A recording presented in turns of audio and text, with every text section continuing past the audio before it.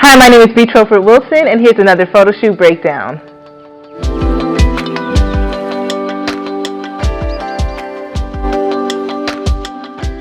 Alright guys, so for this photo shoot breakdown, I actually want to show you guys a quick Photoshop tutorial on how to clean up images, especially when there's something crazy going on in the background. So with this beautiful portrait we have here, I know that I am not a fan of what's happening with this tree and with this figure here. So what I'm going to do is I'm actually going to replace it with some clouds. So the first thing that I'm going to do is I'm actually going to select this area over here using the pen tool so that I'll be able to mask out that area and replace it with clouds. So I have my pen tool here. And I'm going to start by just clicking that one point and creating the shape. And the reason I like to use the pen tool is the pen tool actually creates some beautiful, nice lines, especially when you're doing curves. So whenever you have objects that are actually a curved shape, the pen tool is a great selection for it.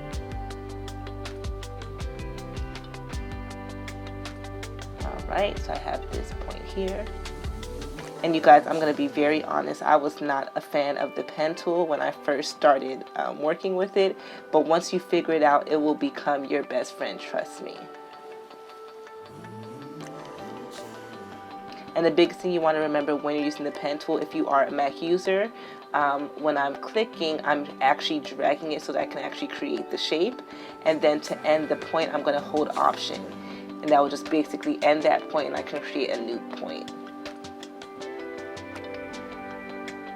Right, so I'm just gonna, right now I'm just gonna select over here, and now I have my pen tool. I have everything selected, and then I'm going to right click and I'm gonna hit make selection. I'm gonna keep my feather down to 1 just so that's a little bit soft. I don't want the lines too harsh. And I'm gonna go back to my layers, and I'm actually going to create a solid colored layer, and I'm just gonna use this just so that I have this mask.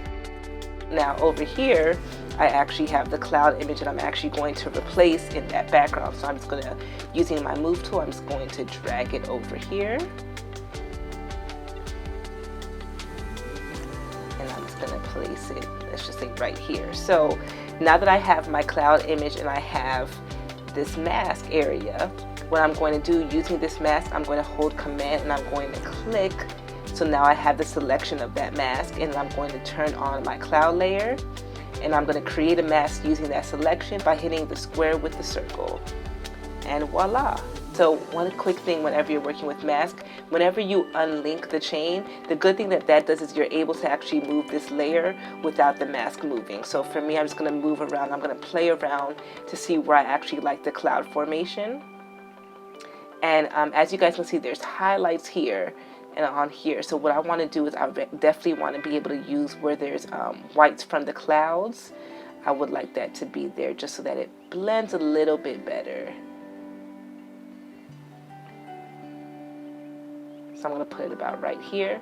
And then one more thing is I'm actually going to use my levels just so that I can deepen the blue. So if ever you want to add an adjustment layer to just a specific layer, you can hold Option and Command, and you're going to click it. And as you can see, now it's only, everything I do with this levels, it's only going to go to that layer, not the rest of the image. So I'm just going to up this contrast a bit, just so we get some deeper blues. And I'm just going to bring up the whites and the highlights a bit. And then I'm just going to play again with this formation. And I'm actually going to bring this down just a bit. And voila. So now we go from having this one image here to where it's like, oh, you know, beautiful pose, beautiful model, beautiful lighting, but this distraction here. And quickly was just able to replace that and make it a whole new mood, a whole new look. So I hope that this was helpful. Let me know if you guys have any questions with Photoshop, and be on the lookout for the next video.